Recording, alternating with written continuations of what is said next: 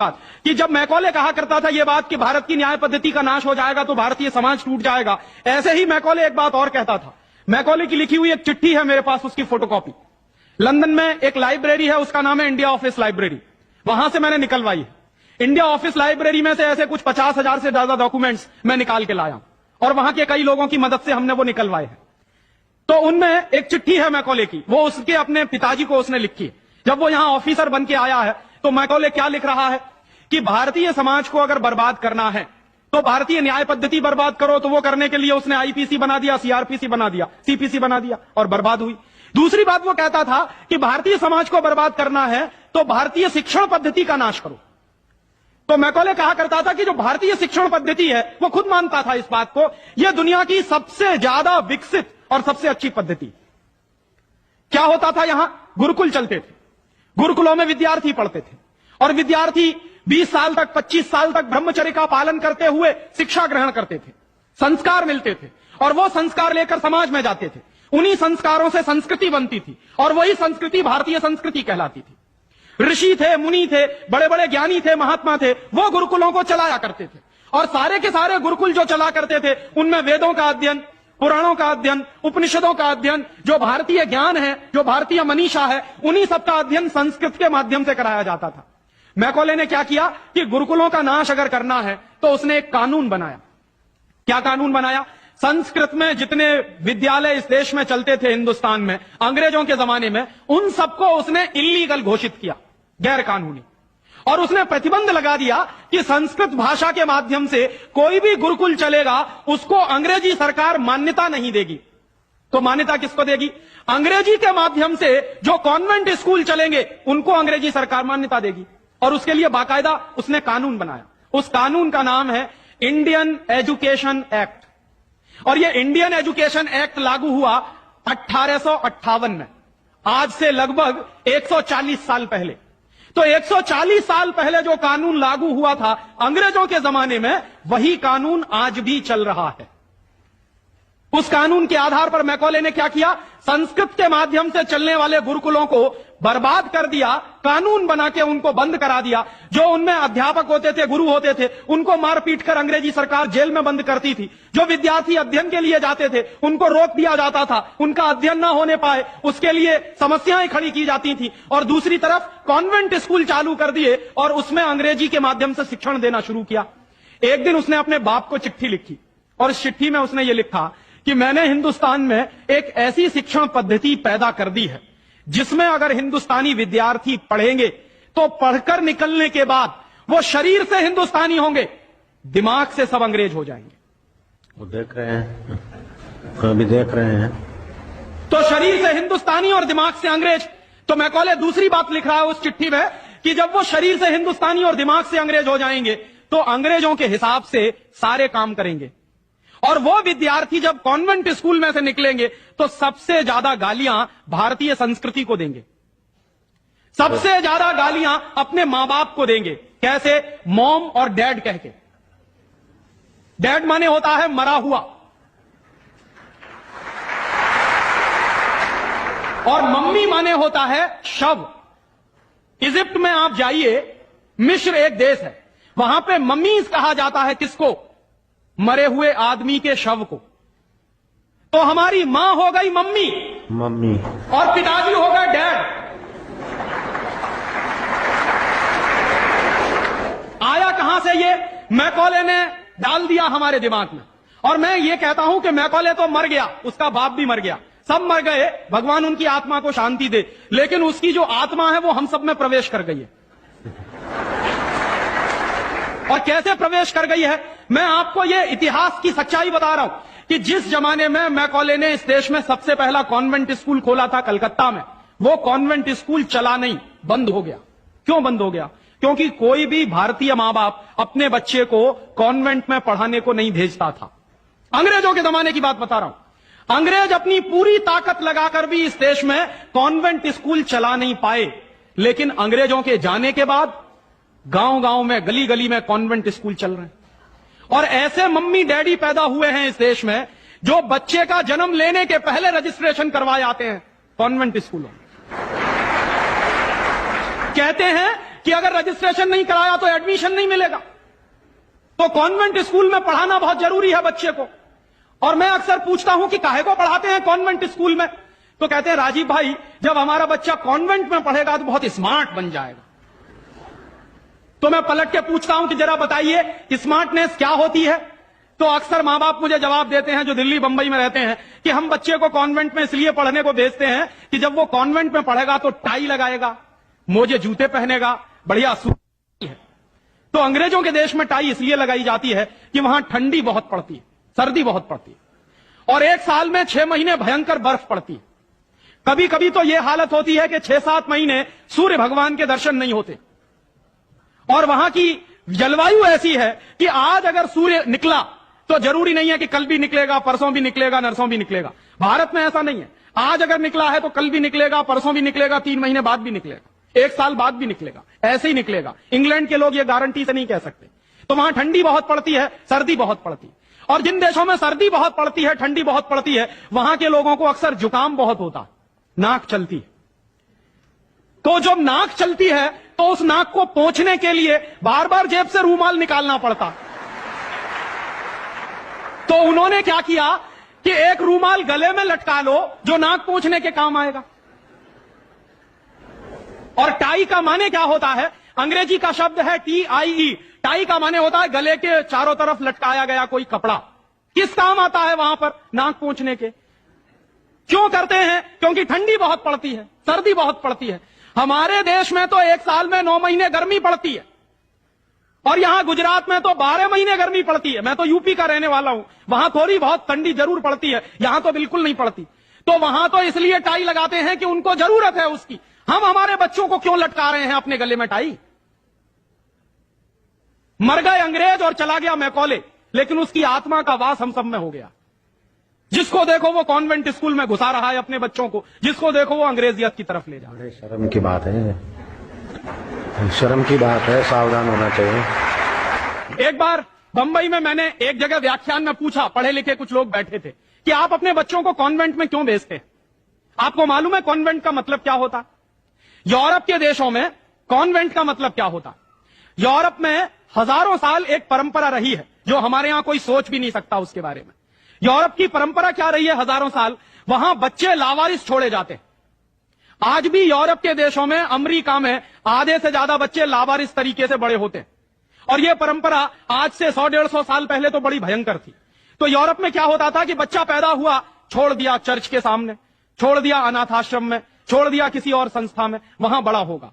तो जो लावारिस बच्चे वहां पैदा होते हैं, उन लावारिस बच्चों की पढ़ाई लिखाई, उनकी व्यवस्था करने का काम जिस जगह पर किया जाता है उसको कहते हैं कॉन्वेंट। हाँ बड़ो, तुम्हारे कॉन्वेंट में जा रहे हैं। कॉन्वेंट का माने होता है लावारिस बच्चों के पढ़ने लिखने का स्थान। माने जिन बच्चों के मां नहीं है, जिनके बाप नहीं है, जिनके दादा दादी नहीं है, जिनका कोई कुटुंबीजन नहीं है, उन बच्चों को पढ़ाने के लिए जो स्कूल चलाए गए यूरोप में, उनको कॉन्वेंट स्कूल कहते हैं। तो हम हमारे बच्चों को कॉन्वेंट में क्यों भेज रहे हैं। हाय राम, तौबा तौबा। यहां तो मां भी है और बाप भी है, लेकिन हम इतने बेवकूफ हो गए हैं कि मां बाप के रहते हुए बच्चे को लावारिस बनाने के लिए कॉन्वेंट में भेज रहे हैं। और वहां जाके बच्चे पढ़ते हैं तो क्या पढ़ते हैं, कल जो बापू कह रहे थे किस्से में, वही बंबई में एक दंपत्ति ने मुझे कहा, पति पत्नी थे, कहने लगे राजीव भाई अगर बच्चा अंग्रेजी नहीं पढ़ेगा तो पीछे रह जाएगा। तो मैंने उनसे पूछा आपको मालूम है दुनिया में कितने देशों में अंग्रेजी चलती है। तो कहने लगे अंग्रेजी तो अंतर्राष्ट्रीय भाषा है। मैंने कहा आपको तब जानकारी नहीं है।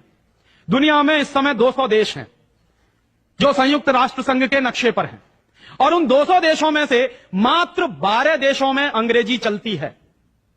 बाकी 188 देशों में उन देशों की अपनी भाषाएं चलती हैं। तो 200 देशों में से मात्र 12 देशों में अंग्रेजी चलती है, तो अंग्रेजी अंतर्राष्ट्रीय कैसे हो गई। अगर 200 में से 150 देशों में अंग्रेजी चलती तो मैं मान लेता कि अंग्रेजी अंतर्राष्ट्रीय भाषा, लेकिन मुश्किल से 12 देशों में जो भाषा चलती है उसको हम कहते हैं कि अंतर्राष्ट्रीय भाषा। और दूसरी बात, उसी दंपत्ति ने कहा कि राजीव भाई अंग्रेजी बहुत समृद्ध भाषा है, बहुत रिच लैंग्वेज है। जो शब्द उन्होंने इस्तेमाल किया, रिच लैंग्वेज माने समृद्ध भाषा। तो मैंने उनसे कहा कि दुनिया में अंग्रेजी से ज्यादा रद्दी दूसरी कोई भाषा नहीं है। क्यों, उसका कारण है उसका कारण है, जानते हैं क्या है? अंग्रेजी में चाचा, मामा, ताऊ, मौसा, फूफा सब अंकल, और काकी, ताई, मौसी और सब आंटी। अब आप मुझे जरा ये बताइए कि मौसा में और फूफा में फर्क होता है कि नहीं होता? क्या आप फूफा को मामा बना सकते हैं? या ये बताइए कि मौसी में और काकी में फर्क होता है कि नहीं होता? क्या मौसी काकी हो सकती है? दुनिया की जिस भाषा में रिश्तों को कहने के शब्द ना हो, वो सबसे रद्दी भाषा है। बिल्कुल जी। हमारे यहां हिंदुस्तान में जितनी भाषाएं चलती हैं, हर भाषा में परिवार के रिश्तों को कहने के लिए विशेष शब्द हैं। वहां नहीं है। वहां क्या है? सब इन लॉज हैं, चाहे वो लड़की वाले हों चाहे लड़के वाले हों। पता ही नहीं चलता कि ये लड़के वाले इन लॉज हैं कि लड़की वाले इन लॉज। या तो सब अंकल हैं या तो सब आंटी हैं। क्यों है ऐसा? क्योंकि अंग्रेजी भाषा में रिश्तों को कहने के लिए शब्द नहीं है। कारण क्या है? अंग्रेजी भाषा में शब्दों की बहुत कमी है। और अंग्रेजी भाषा में शब्दों की कितनी कमी है? अगर मूल रूप से देखा जाए तो अंग्रेजी भाषा में मात्र 2600 शब्द हैं कुल मिला के। और दुनिया की तमाम भाषाओं से जो उधार लिया है अंग्रेजों ने, फ्रेंच भाषा में से लिए हैं, जर्मन में से लिए हैं, इटालियन में से लिए हैं, लैटिन में से लिए हैं, तो तमाम भाषाओं से जो उधार लिए हुए शब्द हैं वो मिला दिए जाएं तो कुल मिला के बैठते हैं 12,000। अंग्रेजी के मूल शब्द हैं 2600 और बाकी के शब्दों को मिला दें तो कुल बैठते हैं 12,000। अब आप हिसाब लगाइए, अंग्रेजी में कुल मिला के 12,000 शब्द हैं। गुजराती में आपको मालूम है कितने शब्द हैं? गुजराती भाषा में 40,000 से ज्यादा शब्द हैं। अब आप मुझे यह बताइए कि अंग्रेजी बड़ी हुई कि गुजराती? तो काहे को नहीं पढ़ाते अपने बच्चों को गुजराती में? और एक दूसरा उदाहरण दूं कि अंग्रेजी में कुल मिला के 12,000 शब्द हैं और मराठी भाषा है हमारे देश की, उसमें इस समय 48,000 शब्द हैं। अंग्रेजी से 4 गुनी बड़ी है मराठी। और हिंदी का हिसाब लगाऊं तो अंग्रेजी में इस समय 12,000 शब्द हैं, हिंदी में इस समय करीब 72,000 शब्द हैं। और हिंदी से एक कदम आगे चलिए, संस्कृत। तो अंग्रेजी में कुल मिला के 12,000 शब्द हैं, संस्कृत में कुल मिला के 1.5 लाख शब्द हैं। और संस्कृत से एक सीढ़ी और ऊपर चढ़िए, प्राकृत, जिसको हम सब भूल गए। प्राकृत को अगर ध्यान में रखें तो प्राकृत में 2.5 से 3 लाख शब्द हैं। दुनिया की सबसे बड़ी भाषा हमारे पास है, लेकिन हम बेवकूफों को मालूम नहीं है कि हमारे पास क्या है। हम पढ़े लिखे इडियट हैं, अंग्रेजी में कहें तो भाग रहे हैं एक ऐसी भाषा के पीछे जिसमें मात्र 12,000 शब्द हैं और अपनी भाषाएं छोड़ते चले जा रहे हैं। और ये जो भाषा की गुलामी होती है ये बहुत खतरनाक होती है। जो आदमी अपनी भाषा बदल सकता है वो किसी दिन अपनी मां भी बदल सकता है। और ये मैं बहुत गंभीर बात कह रहा हूं। आपको कुछ दिन के बाद इस देश में कॉन्वेंट्स में से पढ़कर निकले हुए बच्चे ये कहते मिलेंगे कि वो कहते हैं ना, कॉन्वेंट के बच्चे, उनको तो हर चीज इंपोर्टेड चाहिए। Imported car, imported pen, imported pencil, imported television, imported refrigerator. अभी कुछ दिन के बाद कहेंगे कि अब हमको इंपोर्टेड मम्मी पापा भी चाहिए, क्योंकि आपकी शक्ल उनको अच्छी नहीं लगने वाली। वो तो जो भाषा पढ़ रहे हैं उसके संस्कार ले रहे हैं। तो अंग्रेजी पढ़ रहे हैं तो अंग्रेजी के संस्कार ले रहे हैं, और अंग्रेजी के संस्कार तो अंग्रेजियत के संस्कार हैं। और अंग्रेजियत के संस्कार में तो मां और बाप की इज्जत करने की बात उनको कभी सिखाई नहीं गई है। वो तो आपको भी 2 कौड़ी का मान के फेंक देने वाले। और दुर्भाग्य से यही होता है। कॉन्वेंट स्कूल से निकले हुए बच्चे जितनी गाली अपनी मातृभाषा को देते हैं, अपनी संस्कृति को देते हैं, अपने परिवार को देते हैं, उतनी शायद कोई नहीं देता। तो मैकॉले जो कहा करता था वो बात आज हमको दिखाई देती है कि कॉन्वेंट में पढ़कर निकलेंगे बच्चे तो ये शरीर से हिंदुस्तानी होंगे, दिमाग से अंग्रेज होंगे। और इसी के संबंध में एक आखिरी बात उसने और कही थी कि ये जो भाषा की गुलामी होती है ये आदमी के स्वतंत्र चिंतन को रोक देती है। अगर आपको मौलिक चिंतन करना है, अगर आपको स्वस्थ चिंतन करना है और ऐसा चिंतन करना है जिसमें से कुछ नई रचना हो, तो वो आप अपनी मातृभाषा में ही कर सकते हैं।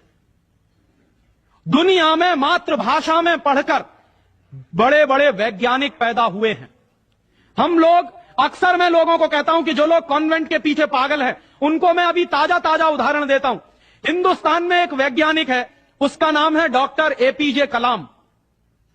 डॉक्टर एपीजे कलाम को इस साल भारत रत्न मिला है और डॉक्टर एपीजे कलाम हिंदुस्तान के जिंदा रहने वाले वैज्ञानिकों में इस समय सबसे ऊपर के व्यक्ति हैं। आपको मालूम है, डॉक्टर कलाम की पूरी शिक्षा तमिल में हुई है, अंग्रेजी उन्होंने पढ़ी नहीं है। बहुत वर्षों के बाद उन्होंने थोड़ी अंग्रेजी पढ़ी है काम चलाने के लिए। बचपन से उनकी पूरी शिक्षा उनकी मातृभाषा में हुई है। वो तमिल अच्छी जानते हैं, मलयालम अच्छी जानते हैं और हिंदुस्तान में आज वो सबसे ऊंची श्रेणी के वैज्ञानिक हैं जिनको भारत रत्न मिला। दुनिया के ऐसे तमाम वैज्ञानिकों के मैं उदाहरण दे सकता हूं। आइंस्टाइन, अल्बर्ट आइंस्टाइन सारा का सारा काम अपनी मातृभाषा में करता था, जर्मन में, और इसलिए इतना बड़ा बना। फ्रांस में एक वैज्ञानिक था मैक्स प्लैंक, जिसकी थ्योरीज हमारे जैसे इंजीनियर्स को पढ़ाई जाती थी जब हम पढ़ते थे। मैक्स प्लैंक की पूरी शिक्षा फ्रेंच भाषा में हुई थी। तो हम लोग जो अपने मन में गलतफहमी पाल कर बैठे हैं कि हमारे बच्चे अगर अंग्रेजी में नहीं पढ़ेंगे तो उनका विकास नहीं होगा, मैं आपको इसके उल्टी बात कह रहा हूं कि अगर आपके बच्चे अंग्रेजी में पढ़े तब उनका विकास नहीं होने वाला, वो गधे बन जाएंगे, विनाश होगा। हम लोग क्या कर रहे हैं, अपने बच्चों को कॉन्वेंट में भेज कर गधा बना रहे हैं। गधा जानते हैं क्या होता? गधे के ऊपर बोझा लादते चले जाइए, लादते चले जाइए, लादते चले जाइए, बेचारा चुपचाप चलता चला जाता है, चलता चला जाता है। आजकल बच्चों के कंधे पर जो बस्ते हमने लाद दिए हैं, जरा उनका वजन तो कर लीजिए। जो बच्चे का वजन है उससे ज्यादा बस्ते का वजन है। अभी से आप अपने बच्चे को स्पॉन्डिलाइटिस का मरीज बना रहे हैं। जितना वजन उसका कंधा ढो नहीं सकता, उससे ज्यादा वजन उसके कंधे पे लटका हुआ, और बेचारा वो बस्ता लेके जाता है, लौट के आता है। जब लौट के आता है तो घंटों घंटों का होमवर्क उसको दे दिया जाता। आप क्या करते हैं, अपनी मगजमारी कम करने के लिए उसका एक ट्यूटर रख देते हैं। ट्यूटर क्या करता है कि स्कूल का होमवर्क मिला, ट्यूटर ने अपना होमवर्क दे दिया। बच्चे का खेलना कूदना बंद, और बच्चा अगर खेलेगा नहीं, कूदेगा नहीं, तो उसका विकास कैसे होने वाला? तो या तो आपने फंसा दिया बेचारा होमवर्क। मैं अच्छे अच्छे घरों में जाता हूं, सबके बच्चे क्या कर रहे हैं, होमवर्क कर रहे हैं, सवेरे से शाम तक होमवर्क चल रहा है, कभी खत्म होने में ही नहीं आता। भला हो ऐसे स्कूलों का। और उस होमवर्क में से बना क्या रहे हैं और वो होमवर्क कर क्या रहे हैं? मैं आपको मेरी आप बीती सुनाता हूं, किसी दूसरे की नहीं। मैं भी बचपन में अंग्रेजी में मैं पढ़ा, और मैं सबसे ज्यादा गालियां मेरे मां बाप को देता हूं। इसके लिए मेरे पिताजी ने, वो एक बड़े ऑफिसर हैं, ये करने के लिए कि बेटा अंग्रेजी में पढ़ना चाहिए तो बड़ा बनेगा, तो मुझको भी पढ़ा दिया। अब अंग्रेजी माध्यम की जो पढ़ाई है, अंग्रेजियत की जो पढ़ाई है, वो क्या है? मैं आपको एक सॉलिड एग्जांपल दूं मेरा। मुझको गणित पढ़ाया जाता था। गणित में क्या पढ़ाते थे? एक फॉर्मूला था जो मुझको रटवाते थे क्लास 9th में जब मैं पढ़ता था। क्या फॉर्मूला था? x + y whole square is equal to x square plus 2xy plus y square, x - y whole square is equal to x square minus 2xy plus y square. और अक्सर इसमें गड़बड़ी होती थी, प्लस का माइनस होता था, माइनस का प्लस होता था। तो क्या होता था, मेरी पिटाई होती थी, क्लास में पिटाई होती थी। और मेरे जो अध्यापक थे तो मुझको खूब चिढ़ाते थे और मुझको खूब उल्टा सीधा कहते थे। एक दिन मैंने ये तय किया कि सब छोड़ छाड़ के ये 2 फॉर्मूले रटूंगा। तो रटने के लिए मैं बैठ गया, सब काम एक बाजू में। अब ये x + y और x - y में मैं घुस गया। लिख लिख के मैंने किलो कॉपियां बर्बाद कर दी, किलो कागज बर्बाद कर दिया, पता नहीं कितने बॉल पेन बर्बाद हुए होंगे। और 3-4 महीने की उस भयंकर मेहनत के बाद मुझको कुछ फॉर्मूले याद हो गए। अब वो फॉर्मूले मैं सीख के आया। दुर्भाग्य से मैं बताऊं कि 3-4 महीने के सैकड़ों घंटे बर्बाद करके, अपना खून सुखा के, मार खा के, बेइज्जती बर्दाश्त करके मैंने जो फॉर्मूले पढ़े वो मेरे जीवन में आज तक कभी काम में नहीं आए। और दूसरे बाजू में मेरी मां ने, जो बहुत पढ़ी लिखी नहीं है, मुझको एक फॉर्मूला सिखाया। क्या सिखाया? एक पहाड़ा सिखाया। आधा, सवाया, 1.5 गुना, 2.5 गुना, 3 गुना, 3.5 गुना, ये मुझे सिखाया। और वो मेरे जीवन में रोज काम आता। लेकिन कहा क्या जाता है कि मेरी मां तो पढ़ी लिखी नहीं है, पीएचडी नहीं किया उसने। तो जो बिना पीएचडी होल्डर है, जिसने कुछ पढ़ा लिखा नहीं है, आज की भाषा में, उसने मुझे ऐसी चीज सिखाई जो जीवन में रोज काम आती है। और जो बड़े बड़े पीएचडी होल्डर प्रोफेसर्स ने मुझे सिखाया वो जीवन में कभी काम नहीं आया। और आप अपने बच्चों को यही पढ़ा रहे हैं। कॉन्वेंट स्कूल के जितने क्यूरिकुलम हैं और उसमें बच्चे जो कुछ पढ़ रहे हैं उसमें से 95% बेकार जाने वाला है। उस 95% का उनके जीवन में कभी कोई इस्तेमाल होने वाला नहीं। ये आप कहिए तो मैं जहां कहिए वहां लिख कर दे दूं, क्योंकि मैं भुगत चुका हूं इस बात को। और वो जो 95% आप पढ़ा रहे हैं, आपके बच्चे के अगर काम नहीं आने वाला है, तो उसके लिए आप लाखों रुपए बर्बाद कर रहे हैं, करोड़ों घंटे बर्बाद कर रहे हैं। उस बच्चे का मन मस्तिष्क आपने दबा दिया है होमवर्क के नीचे, झूठी शान और प्रतिष्ठा में। आप अपने बच्चों को गधा नहीं बना रहे हैं तो क्या बना रहे हैं?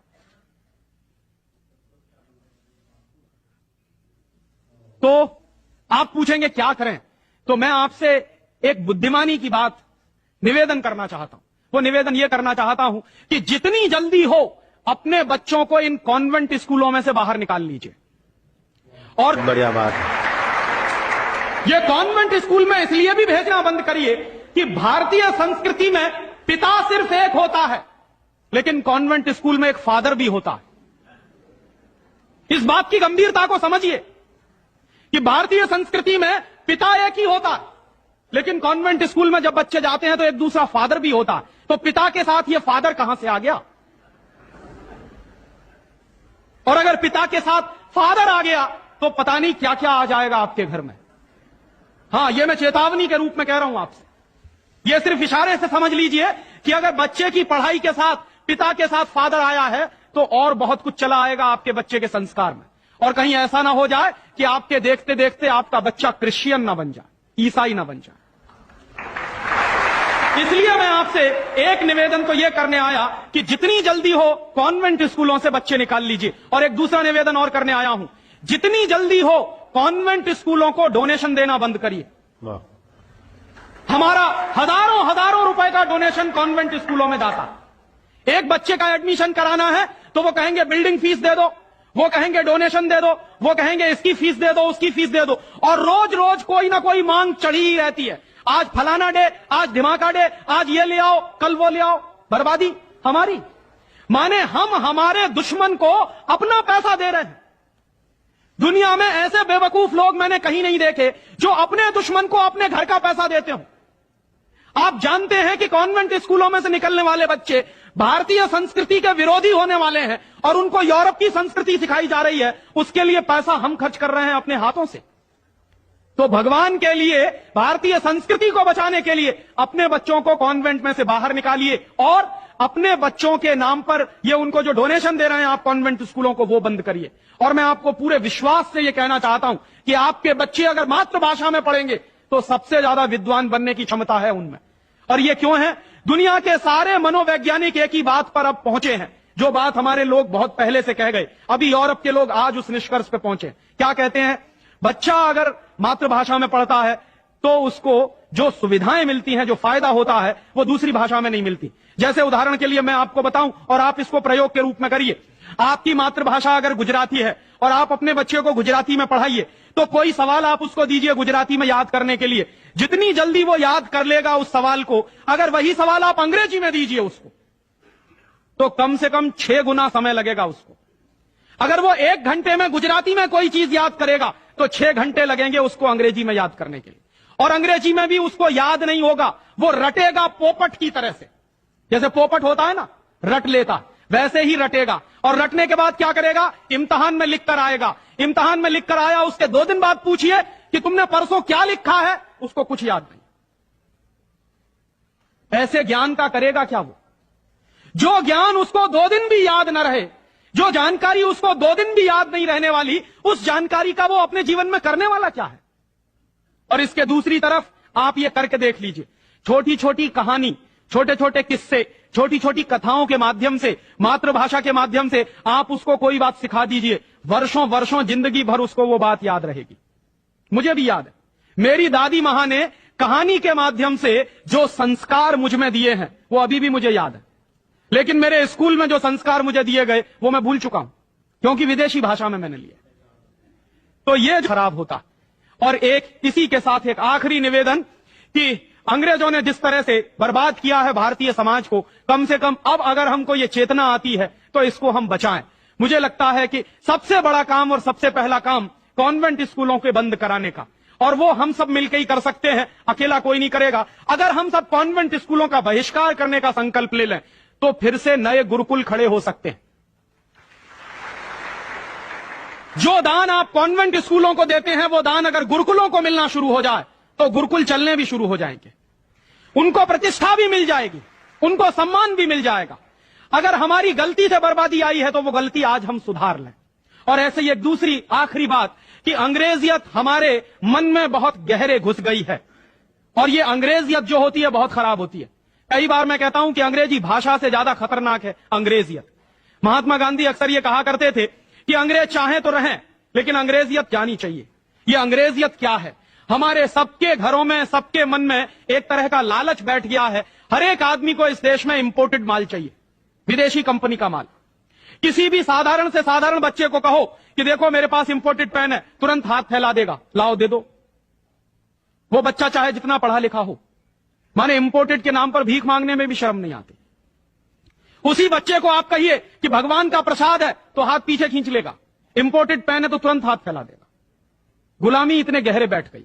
और ये जो इंपोर्टेड माल की गुलामी होती है, इसी गुलामी ने हमारे देश को बर्बाद किया है। अंग्रेजों के जमाने में इस देश में अंग्रेजों का माल बिकता था इसलिए कि अंग्रेजों की गुलामी चलती थी, इसलिए क्योंकि अंग्रेजों की कंपनियां यहां चलती थी। दुर्भाग्य से आज वही फिर हो गया है। गांव गांव में परदेशी कंपनियां घुस गई हैं, परदेशी कंपनियों का माल घुस गया है। हम सबके घरों में परदेशी कंपनियों का माल आता है। सवेरे से लेके